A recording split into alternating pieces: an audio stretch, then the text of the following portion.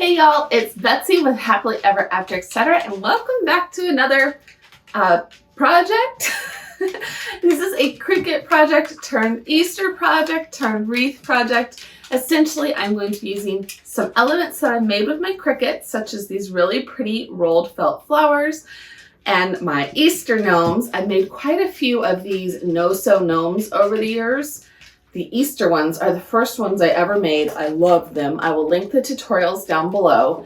And I have a bunch of rolled felt flowers that I made with my Cricut to go with them. I'm going to be making an Easter wreath with my Easter gnomes and felt flowers and a Happy Easter banner that I picked up at the store. Now, I will link all the tutorials down below for all the different elements, like the flowers, like the gnomes. Today we're simply going to be kind of arranging them on our wreath, because if we made every single element in this video, it would be 12 hours long. So if you want to make a certain element, go check out the tutorial, but we are going to go to the back of my door because I need to be able to hang the wreath up to start working on it. And we are going to start putting the elements all together and just see kind of how it evolves. Wreaths are one of those things that you kind of have to start putting them together to see how they need to go. So we're gonna start and we will see how we end up. I'm really excited. I picked my two smallest gnomes because I don't want them to be too heavy for the wreath. And while you could very easily hot glue a lot of the pieces on, I like to be able to keep the elements not hot glued on. That way, if I want to reuse the flowers or the gnomes in something else later, I can. So I'm actually going to be using wire to attach everything, but you could very easily just hot glue the flowers right on, hot glue the gnomes on, whatever you wanted to do to make it easier for you.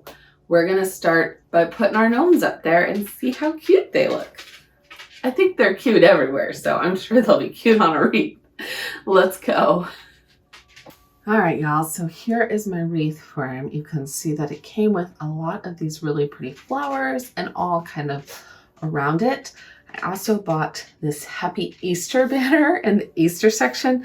That would be the perfect colors with my gnomes. So here are my bunny gnomes. You can follow this tutorial. I'll link it down below, but it has felt flowers that I made with my Cricut, as well as my bunnies. Now these are just rolled felt flowers. They're super cute. So I think I'm going to go ahead and just tuck these in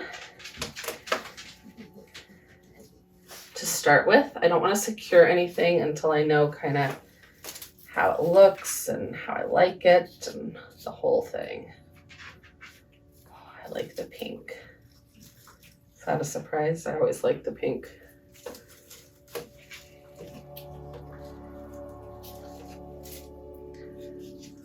I think I want that underneath there. Okay, so from here I have quite a few of the rolled felt flowers. These are super cute that I've made with my Cricut. And I want to add these kind of all along the bottom portion of the wreath. These are super easy to make. You can find the cut files in the Cricut Access Library. So you'll pull up the Access Library, pick your file. I actually gathered 20 of my favorite files together in one spot. I will link that down below. And then you will cut them out of felt. Now it's going to recommend the fine point blade, but I find that the rotary blade with your Maker 3, your Explorer Air 3, that works best on felt to get perfect non-frayed edges. Then once everything is cut out, you will go ahead, roll it up, use your tweezers. Cricut has these great reverse tweezers so that you can hold it without having to squeeze constantly. You can use any, but I really like Cricuts because they go with the rest of my set.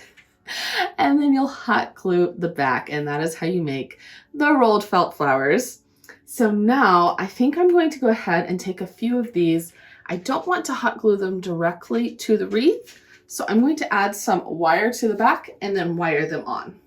So you can see here is one of the little flowers. There we go. That matches their little hats. And all I've done is hot glued a piece of floral jewelry wire to the back and then put a felt backing on it so it's not pokey and so that it's a little more finished. And we're just going to fix those directly on the wreath, starting with our biggest flowers. I think I want one of these, the biggest one, right here on the left. Let's try to work it in here.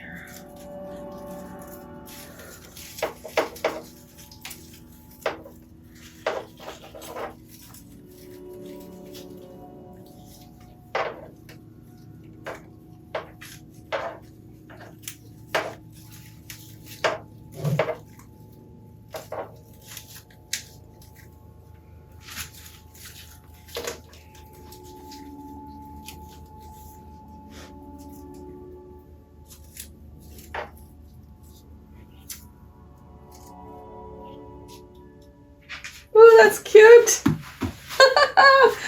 All right, let's keep going. So I've got a couple big ones, a couple little ones, and I think I want a couple on this side and maybe a couple on that side. I'm not sure yet.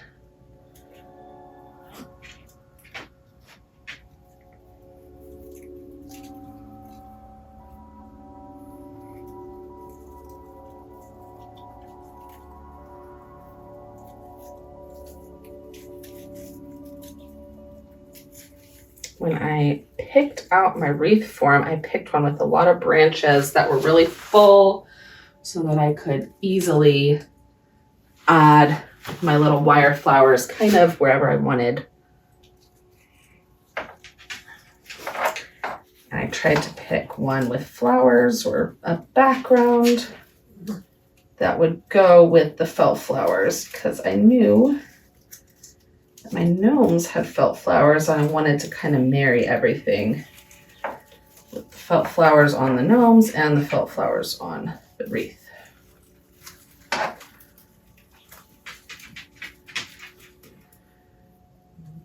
There we go. That's better.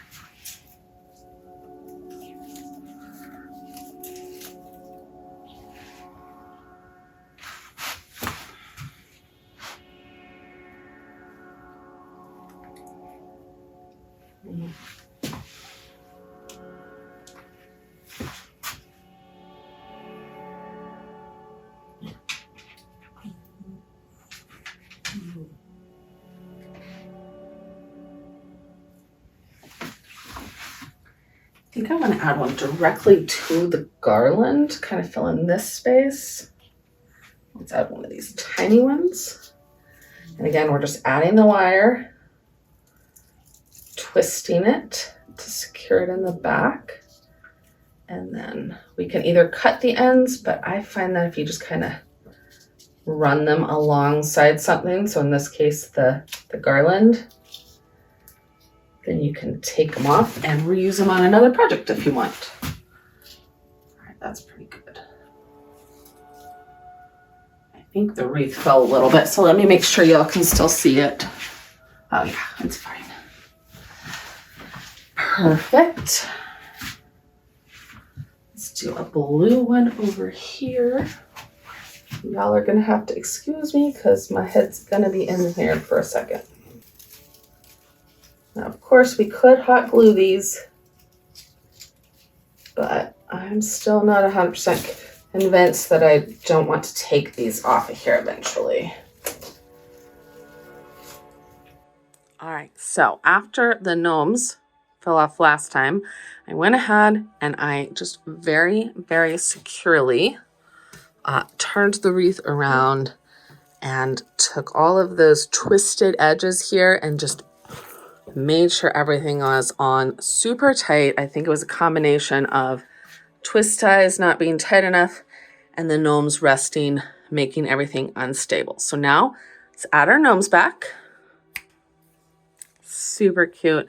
And the way that the big pink flower, the purple flower, and the blue flower here are all wired in tight now gives the gnomes a place to rest. Now, this is going over my range hood in the kitchen where it's not going to be moving. If you were putting this on a front door, I would wire the gnomes in as well. I think I still want to add in at least one more flower that matches the gnomes' hats right here. And then we will go put this up and it will be so cute for Easter. All right. See y'all on the flip flip. See y'all in a second.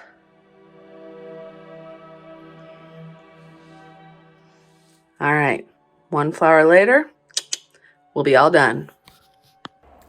All right, y'all, after all of that, I did put it on my front door. I went to pick it up to put it over my range, and it was super, super stable with all of the flowers holding the gnomes in place.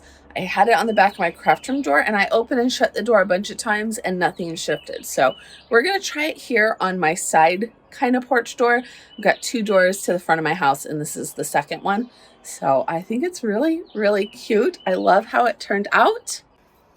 And I think the gnomes are just so sweet. I love all the flowers. Maybe I could have used one more big one down here, but I kind of wanted it to be a little asymmetrical. So, you know, that is the best part about these kind of projects, is you can design them however you like. And if you want to check out the video, I made 20 different types of rolled felt flowers. To see how to make some of these, I will link that below. And of course, I will link the video for the Easter gnomes down below. I hope you liked this project, and happy Easter, y'all. Bye.